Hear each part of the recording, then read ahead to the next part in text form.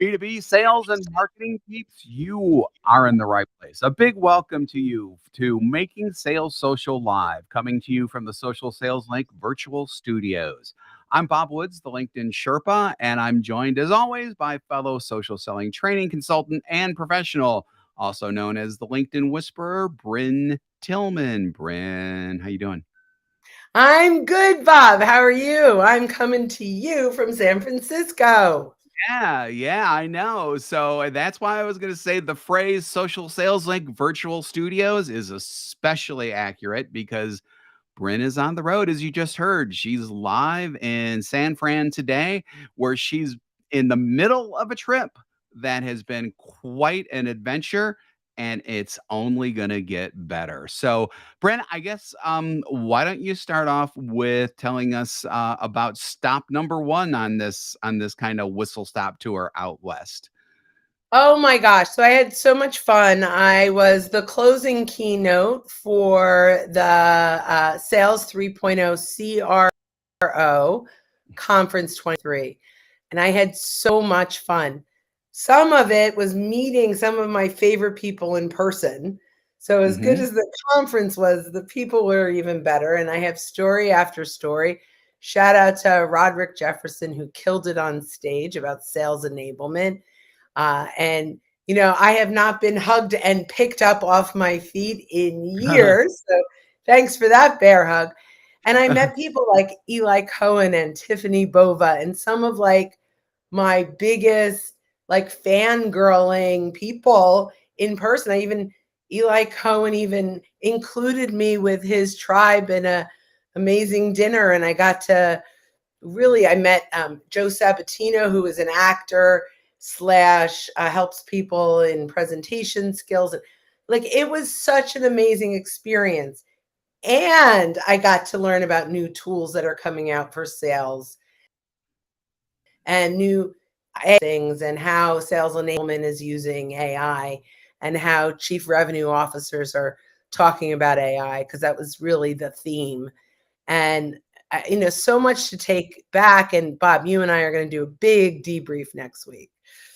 I mean, just hearing about AI, which I knew was going to be brought up there, but I'm insanely jealous that I was not there.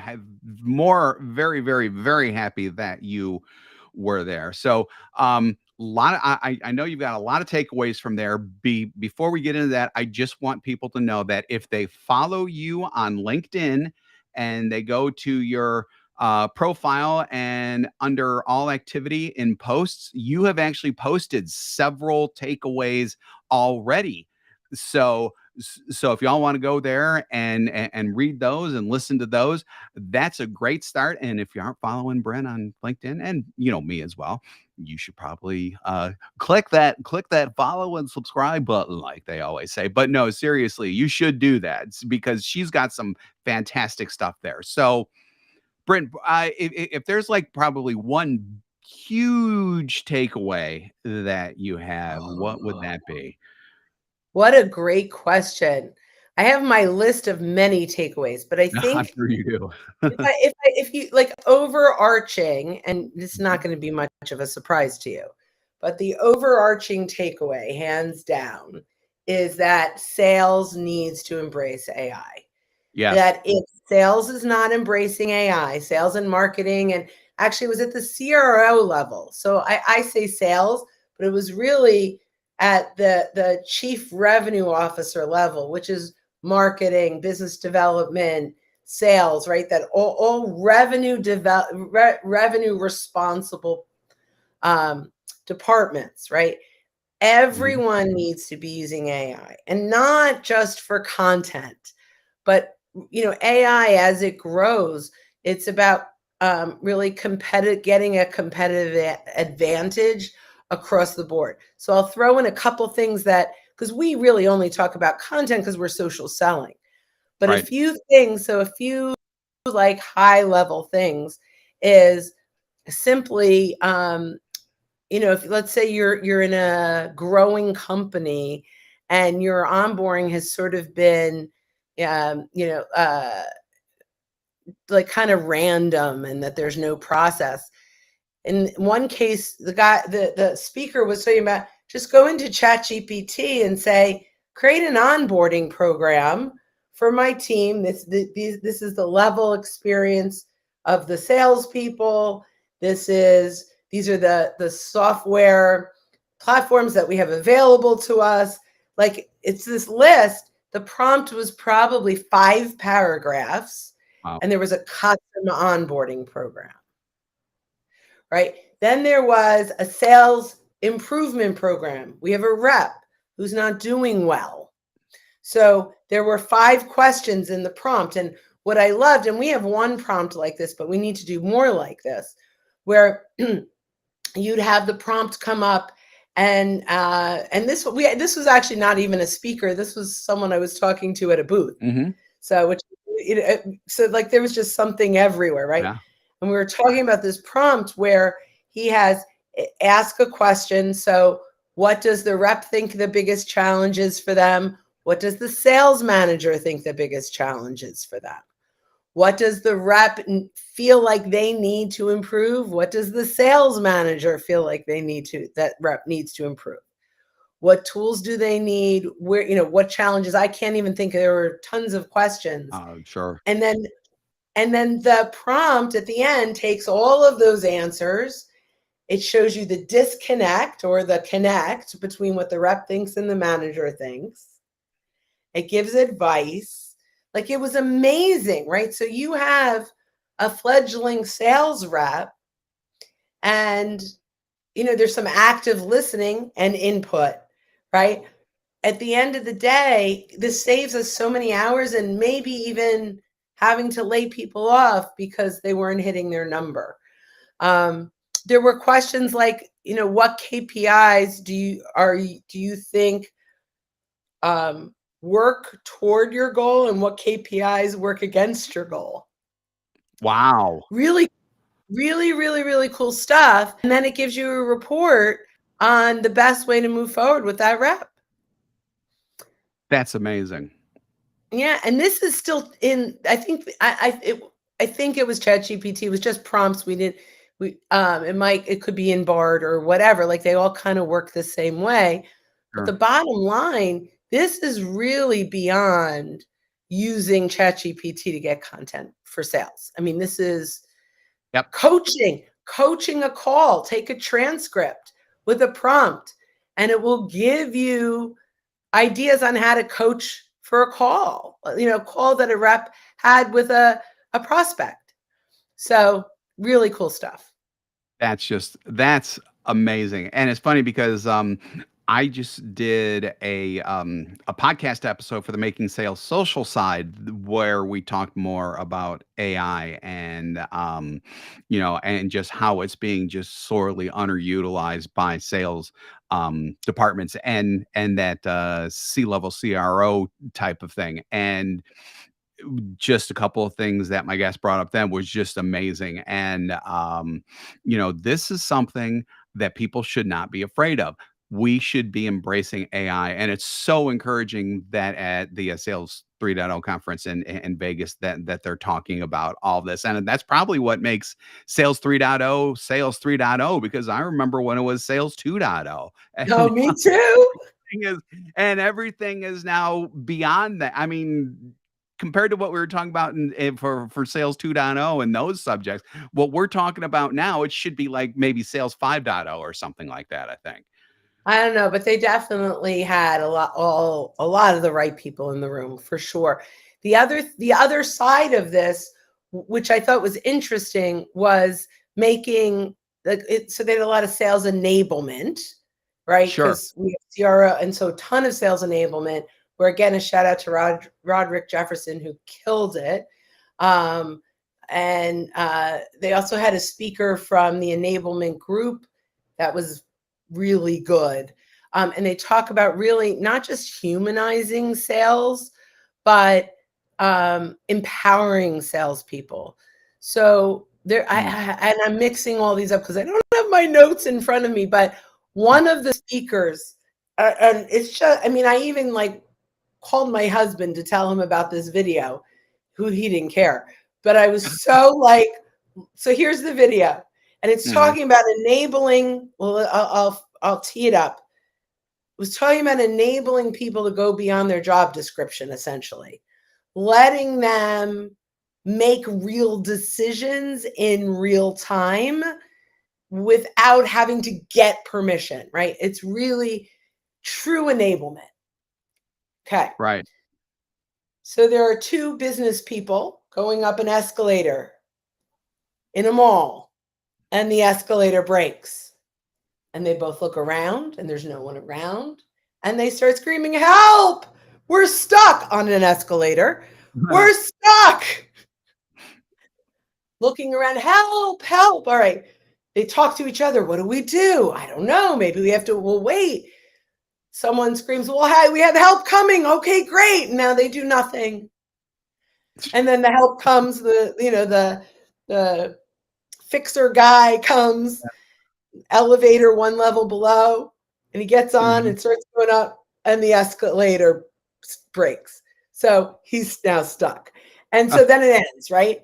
But the visual of this Mhm. about how we limit the innovation in our teams, the way that we give them a job description. And I know I'm going on and on, but I'm gonna actually use Social Sales Link as an example. Please do. Kath Kapati is our boss. Yep. Like, she runs the behind the scenes company, but Yep. I hired her as a BDR because I liked her and she was smart. And so I said, all right, I'm going to give her a sales navigator license and she could do some outreach, warm outreach, whatever. Mhm.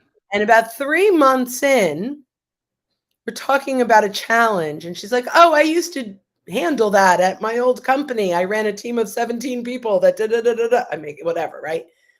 I'm like, oh, what else have you done? Well, I've done this and this and this and this and this. And she was so overqualified for this BDR role, but I never asked. And fortunately, at the right time, she shared. But we have to start asking. Yep. We have to start asking our team, what are you good at? What do you love? What would you like to do? Where would you like to be? Because if we don't find out what they're capable of, and we just kind of put them on this step, on this escalator, we're never going to get them to walk up. Right. So I thought that was fun. Yeah, very much so, very much so. So, and like I said before, there's so much that we could fill hours in a podcast about that we just don't have time to today. But go to Bryn's LinkedIn, go to her feed. She has several very, very good takeaways there that go beyond that, that go beyond what we're talking about here today. So, if you want even more of those insights, go ahead and go to her feeds. And speaking of insights, Bryn, something has happened with you lately having to do with LinkedIn that is going to make your insights much, much, much wider. And we are all so psyched and excited about it. Why don't you tell us a little bit more about that? Yeah, well, I'm going to tell you about what's coming, and we could talk more about what happened afterwards. But I'm now here in San Francisco, getting ready to head over to the LinkedIn offices. I was recently named one of the LinkedIn Sales Insiders, which is like a career highlight for me. Yep. And now I get to do all kinds of fun things with them. I'm going to have lunch with them today. There's an evening program tomorrow, and then on Wednesday we're filming a movie, whatever that is. So I'll keep you Yeah. informed. That's amazing. That's just amazing. So just so people who don't know what a LinkedIn insider is, why don't you fill us in on that really quick and what that entails? Yeah, it's run by the Sales Solutions team, which is Sales Navigator.